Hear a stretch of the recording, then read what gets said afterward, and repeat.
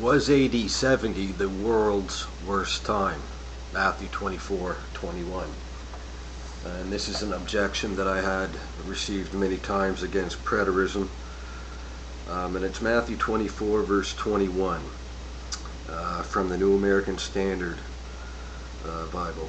For then there will be a great tribulation, such as not occurred since the beginning of the world until now, nor ever will be. And they say, see, the tribulation will be the world's worst time, and there will be nothing that can compare to the future tribulation.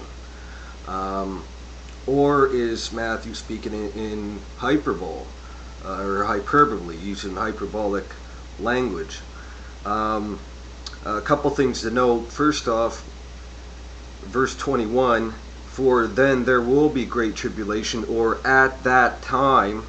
At what time? Matthew 24:21. We'll look at verse 19. But woe to those who were pregnant, and to those who were nursing babies in those days. Verse 20, but pray that your flight will not be in the winter or on the Sabbath. This is speaking about the siege of Jerusalem. At that time there will be great tribulation, such as not occurred since the beginning of the world until now, nor ever shall be. My point being, in Matthew 24, there's no break. There's no break as you go through. There's nowhere to break it up. But that is the literal Greek. At that time. What time? Well, when they couldn't flee during the Sabbath in winter, and they're told in verse 16, then those who are in Judea flee to the mountains. Whoever's on the housetop must not go down to get the things that are in the house. Woe to those that are pregnant. Pray that your flight may not be on the Sabbath. This is clearly AD 70 and the besiegement therein. And also verse 34. Verse 34, at least up until verse 34, tells us something very important. Truly I say to you, this generation shall not pass away until all these things take place. So if you want to say that Matthew 24, that the abomination of desolation in the tribulation is future, then you have to take all of up to verse 34 and put the entire thing in the future, because Jesus said all of these things in the same generation. But what about the language of Matthew 24 verse 21? Let me read it again. For then there will be great tribulation, such as not occurred since the beginning of the world until now, nor ever shall be. This language is taken from Ezekiel chapter 5. And Ezekiel can be broken up in three sections. Ezekiel 1 through 24, the judgment coming upon Jerusalem in their captivities under the Neo-Babylonians. And so that's 1 through 24. Then 25 through 32 is the judgment of the nations, the same as Isaiah 13 through 23. Then Ezekiel 33 through 48 is the restoration of Israel. So 1 through 24, that whole section of Ezekiel, that one section is just the fall of Jerusalem under the Neo-Babylonians.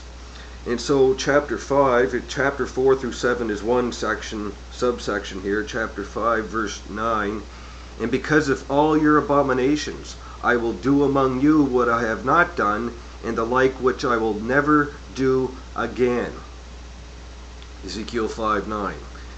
And did he repeat it? AD 70 was worse than the siege in the 6th century, in 586. And when the siege began in 605, and then 597, and 586, fully fulfilling that. So Ezekiel 5 through 5 verse 9, and because of all your abominations, I will do among you what I have not done, and the like which I will never do again. Obviously, that is hyperbole, Oriental language at work. And here's a quote. From the pulpit commentary. The pulpit commentary on Ezekiel, on verse 9. I will do in thee, etc. The like words were spoken by our Lord of the destruction of the city that was then future, Matthew 24:21. But the words of Ezekiel manifestly refer to that which is within the horizon of the vision, and their parallel is Daniel 11:12, Lamentations 1:2, and 2:13. So this commentator here, this exegete or expositor in the pulpit commentary says these words are taken from Matthew chapter 24 and verse 21.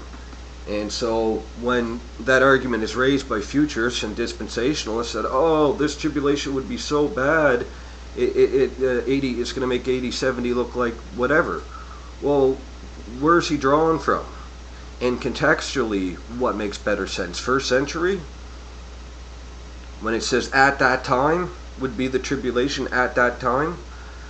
Contextually, does a first century fulfillment work better, or a futurist? Because remember, Matthew 24:34, all of these things within that same generation. If that generation's future, then you have to take the abomination, all of it, as future. But again, Ezekiel 5:9 is the allusion in Matthew 24 verse 21. Thank you for watching.